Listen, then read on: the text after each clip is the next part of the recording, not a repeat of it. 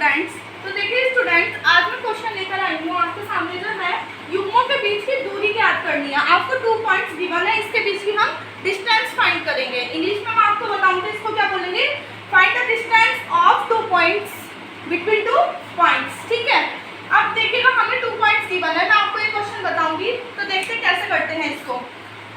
देखिएगा सबसे पहले डिस्टेंस का हमें फॉर्मूला पता होना चाहिए, वो क्या है हमारा, d is equal to under root x2 minus x1 का whole square by 2 minus y1 का होल स्क्वायर।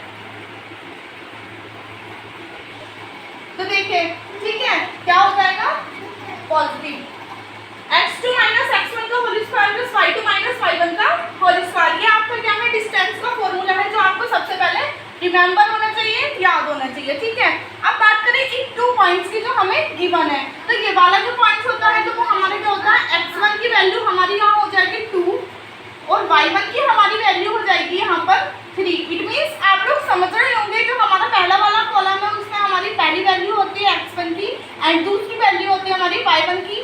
सेम एज यहाँ भी हो जाएगा x2 और y2। ठीक है, तो क्या हो जाएगा, x2 की वैल्यू कितनी मिल गई हमें यहाँ पर 4 और y2 की वैल्यू हमें कितनी मिल गई यहाँ पर 1।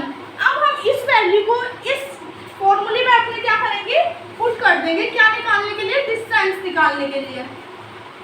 तो देखते क्या बनता है, x2 की वैल्यू कितनी है हमारे पास 4 और x1 की वैल्यू कितनी है हमारे पास 2। बीच में साइन किस चीज का है, माइनस का 2, होल स्क्वायर है, सेम एज लगा देंगे, प्लस y2 की वैल्यू कितनी है हमारे पास, देखिएगा 1।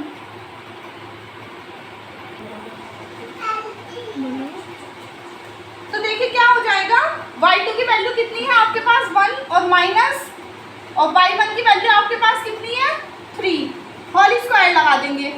ठीक है, तो देखिएगा क्या बनेगा, d is equal to under root, अब पहले अंदर का सॉल्व कर लेते हैं। 4 माइनस 2 करोगे तो क्या बन जाएगा आपका 2 का स्क्वायर प्लस यहाँ भी आप क्या करोगे 3 माइनस 1 करोगे तो माइनस के 2 का स्क्वायर। तो d इज इक्वल टू क्या बनेगा, अंडर रूट। देखिएगा जब आप 2 का होल स्क्वायर खोलते हो, मैंने आपको पिछली वीडियो में भी बताया है, किसी भी होल स्क्वायर का मतलब होता है उसी चीज के 2 बार मल्टीप्लाई। जैसे कि मैं 2 का होल स्क्वायर यहाँ खोल रही हूँ तो आप देखिएगा क्या बन रहा है यहाँ पर 2 मल्टीप्लाई बाई 2, तो क्या बन जाएगा 4। प्लस एक चीज और आपको ध्यान में रखनी होगी, जब भी हम किसी भी निगेटिव टर्म्स का क्या करते हैं, होल स्क्वायर करते हैं, तो वो ऑलरेडी क्या हो जाता है, पॉजिटिव हो जाता है। ये चीज आपको ध्यान रखनी होगी कि जब भी हम किसी निगेटिव टर्म्स का क्या करेंगे, स्क्वायर करेंगे, तो वो पॉजिटिव हो जाता है। अगर मैं ये बात करूँ यहाँ क्यूब करने की, क्यूब करोगे तो वो निगेटिव ही आपको मिलेगी। जैसे कि मैं -2 का अगर क्यूब करूँ यहाँ पर तो माइनस का 8 आपको मिलेगा, लेकिन यहाँ पर क्या है, स्क्वायर है, तो ये क्या हो जाएगा, पॉजिटिव हो जाएगा। ठीक है, तो d इज इक्वल टू क्या बनेगा आपका, देखिएगा अंडर रूट 4 प्लस 4 कितना हो गया 8। वैसे तो आपको फाइनली आंसर आपको यहीं पर मिल गया कि डिस्टेंस आपकी कितनी आ गई, अंडर रूट 8। लेकिन अगर आप इसको फिर से एक आंसर और बनाना चाहें तो क्या बन जाएगा, देखिएगा हम कोई ऐसा नंबर चूज करते हैं जिसके 2 बार हम मल्टीप्लाई करें बाहर, तो 2 2 जा 4 और अंदर भी क्या हो जाए, वही टर्म्स आ जाए, तो क्या हो जाएगा 2 2 जा 4 2 जा 8। अब तो हमें क्या मिल गया, इसका दूसरा आंसर ये मिल गया। अगर किसी स्टूडेंट्स को आंसर करते हुए ये वाला टर्म्स ना याद आए तो वो आंसर अपना यहीं पर भी छोड़ सकते हैं, तब भी आपका आंसर क्या होगा, राइट होगा। तो स्टूडेंट्स, ये तो हमारा इसको डिस्टेंस निकालने का सिंपली तरीका। अगर आपको एक मेरा करने का तरीका अच्छा लगे तो प्लीज़ वीडियो को लाइक और शेयर सब्सक्राइब जरूर करें। Thank you.